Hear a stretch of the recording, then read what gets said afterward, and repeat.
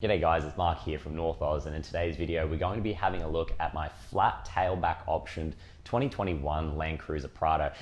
This build has been going on for quite a while now. It's titled the Perfect Prado, and it's generated a lot of interest, and Dad got a wheelback option Prado, so we made a comparison video, and from that we had a lot of questions and also a lot of debate about whether or not the flat tailback option is better than the wheelback option.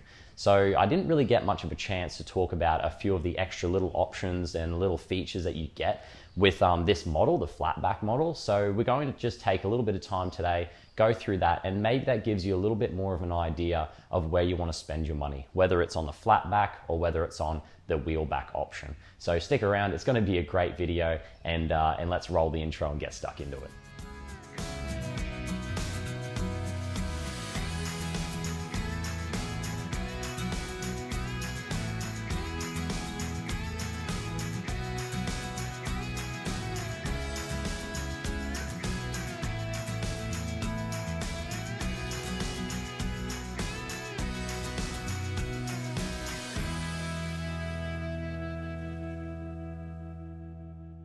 So like I said, guys, we're going to be talking about my flatback Perfect Prado build. And the reason why we're going to be talking about this is because I see more and more of these flatback Prados, especially new ones, being driven around in Cairns. And it seems like more people are going with the flatback option compared to the wheelback option. So, why is that? And I think today we're going to be having a little bit of a look at why that reason is. I've got a few things lined up that I'm able to show you guys. Obviously, one of my more popular videos is the wheelback versus the flatback comparison. Dad has the wheelback option for towing, and I didn't really get much of a chance to talk about the extra little features that are on this car. So we're going to do that today. We're going to have a look. And the very first thing that's worth mentioning is the actual key fob itself. So on the key fob, there are 3 buttons instead of 2. The third button is a tail back. It's got like a little, I'll show you on the screen so you can see, but it's got a little kind of tail going up. So if you press and hold that, you actually get a little bit of an automatic little pop from this rear window. So this rear window, like I said, does come up. It's got this little handle on it here. And when you hold it down, it does this. And it makes the tiniest little beep noise, which is really, really good because it means that when you're at the campsite, you're not going to be disturbing other people's sleep, which, for me is quite important because when I camp near other people, my mates and stuff like that. So then I can just open this up straight away from there. Okay, so that's one thing. The key fob is actually quite a useful little device because it means that I can just pop that tailgate without even being really near it. If someone wants to get in, I can just pop it from afar, and then it just kind of clips down like that. So that's the first thing. Kind of the second thing, I suppose you could say, is this little button here on the side. So it's kind of hidden away. You can't really see it, which is kind of a good thing. You don't want this big button sticking out. And if you press that, it does the exact same thing, except this time it does it without any beep at all. So it's kind of like the silent mode, I guess you could call it. So when I press this button here, it makes just the tiniest little pop sound,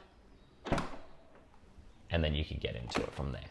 Okay, so again, very handy. When you do that, of course, you get the lights turning on in the car, which comes on anyway with the proximity sensors. Another thing we didn't quite get around to talking about was the placement of the unlock and lock buttons and the latch. So for example, on this one here, the flatback option, you've got the unlock and the lock buttons on the side here, textured to tell you which one's locked, just like on a key fob, and the handle is on the side, so it allows you to pull out this way. Now, the advantage of having it on the inside like this is a little bit less awkward. So for me, I'm right-handed as well, so that's my dominant hand. And when I go to get into the back of here, I can just unlock it and then pull, and the door easily opens. There are a lot of people saying, especially in the comparison video that we did, about the fact that the wheelback Prado is a little bit more difficult to open. And if you have a look at the placement on the back of the wheelback option, the handle is not here, it's actually out here. So that gives you a little bit of an idea as well. The lock and unlock buttons are on the left side as well, so kind of sticking out. So you kind of have to do a little bit of a two-handed action to unlock it from the side and then get your hand underneath to basically pull this open. So this is a lot more of an ergonomic setup in terms of being able to lock and unlock it from the back here, and then you're able to pull and open up the back here. So again, I really like the tailback option just for that. Everything is a lot more centered, including the rear camera, which we did talk about, so I won't go over that again. The rear camera is directly over the tow ball if you were going to have a tow pack on this. And yeah, so that unlocking and locking system and the handle is in a lot more convenient place. It's also kind of built into the door as well. When the wheel back option is kind of in this weird kind of plastic housing thing that kind of creaks a little bit as well. And I don't trust it as much as, you know, it being built into the door like this. And just to kind of go over one of the really, really important reasons why you may wish to go with this flat back option, if you can handle not having that sub tank and just bear with the 87 liters, which, as someone mentioned in one of the videos, and they commented that 87 liters is still more than what a lot of utes and that give you from the factory. If you can go without all that stuff, this rear window, this rear folding up window is actually a really, really handy piece of equipment. It allows you basically kind of think like, well, I had a dual cab ute before this, so it kind of allows you to be able to get stuff in and out of there without having to open everything up. Very similar to, say, the 200 series. So a lot of people, I guess, one of their complaints with the Prado is that it is quite a heavy, you know, tail back to open up because of the wheel on the back and whatever, and they wish they had the split tailgate. So all the Land Cruisers before this, not the Prados, but Land Cruisers, have what's called a split tailgate, which means that the top goes up and the bottom half goes down, giving you a nice little tailgate to work on. This is kind of like a happy medium, I suppose. It's the next best thing. So it means that I'm able to pop this open and then I can swing out the rest if I want to get, you know, stuff that's further down. Also too, in a pinch, like if you're at the supermarket or something like that and you back up and, you know, you've got a pole behind you or someone parks in behind you, there is absolutely no way you're getting this giant door open without smacking it on something. If you've got extra things in the back as well, so say like the fridge, which is what I've got, it's going to be extremely difficult for you to be able to maneuver around it to try and put any groceries and that into the vehicle. So that's when this little split back kind of comes in handy. At the moment, so that you guys understand, I've got this rear awning on the back and it kind of prevents me from opening it up all the way, which is kind of annoying. So I'm going to go with a 270-degree awning once I can afford it, of course, and that's just going to give me my functionality back. But it does still open, in case you're wondering.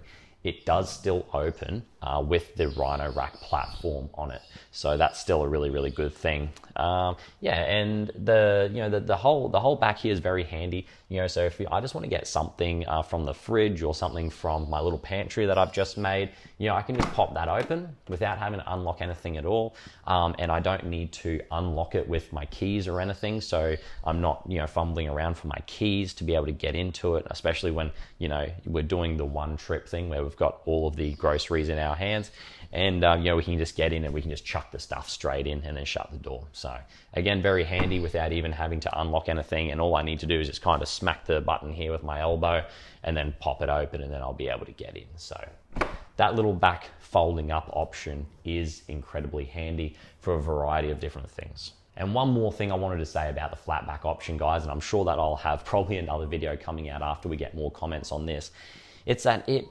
in my opinion, it looks very good. So the Landcruiser 200 series has a very similar look. No wheel on the back. The wheel is underneath, which, as some people have mentioned, is a bit of a deal breaker, especially if you are sharing this vehicle with your wife or your girlfriend. It might be a little bit daunting for them to try and get this big wheel off the back. Add in things like you've got lift kits and stuff on here, and it can be very difficult to try and change a rear tire from the top because you have to try and support all that weight going down. But with these ones here, with the flat back model, you can just jump underneath the car, unbolt that little clamp that holds the wheel onto the bottom. The wheel will drop out and you can just roll it out. So a little bit more user friendly in terms of having to change it. But yeah, and you know, like I was saying, in terms of the looks, I much prefer this over having the wheel on the back. It does improve your visibility as well, so you don't have this big cutout here restricting your visibility. But also too, I just like the look in general.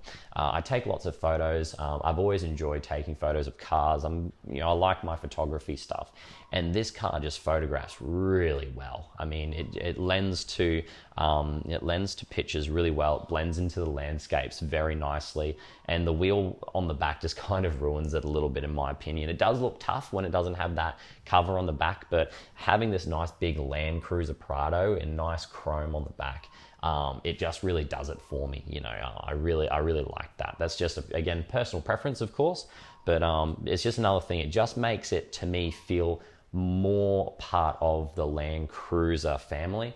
And a lot of people will say, and this is the last thing that I'll talk about, guys, is that a lot of people say that the Landcruiser Prado is not part of the Landcruiser family. And I couldn't disagree more. In the very short future, am going to be making, I've got a little bit of a channel update coming for you guys, I think you'll appreciate, where I'm going to kind of, let's say, put the myth bust, I suppose, the fact that this does not compare to, say, something like a 70 series or a 200 series Land Cruiser. All of the cars in the Land Cruiser lineup, they all have their place. And Toyota would not put Land Cruiser on these vehicles if they didn't have confidence in them. And I've been in a number of models of Land Cruisers and Prados I'm talking about, and I can tell you that they are most definitely part of the Land Cruiser family. And I believe that they are both capable off-road, they are comfortable, and these things are absolutely indestructible. So I mean, like I said, I've only had this car for about 10,000 kilometers. I've done that in about 6-7 months, but so far I could not be happier with this vehicle. This thing does everything I've asked for of it, and it also goes in places where my old Nissan could not. So very impressed with this vehicle so far. If you're one of those people that are not too sure, should I get a Prado, should I not? It's not really a Land Cruiser, does it compare to, say, something like an Isuzu? I've made plenty of videos about this, so you can go and check those out. But in my opinion, 100% great vehicles. Guys, if you have any questions, make sure you put them in the comments below. I'm making videos weekly about this Prado, and I've also got some more videos coming up for you guys. And I've also done a little bit of a rear fit out of my back here. It's completely DIY. I did it all myself. So if you would like to check that video out as well, it might be worthwhile. Just having a pantry in here has been an absolute game changer for me. So yeah, I'll leave it there, guys. Again, appreciate you watching. Thank you for subscribing and doing all that good stuff. And I'll see you guys in the next video.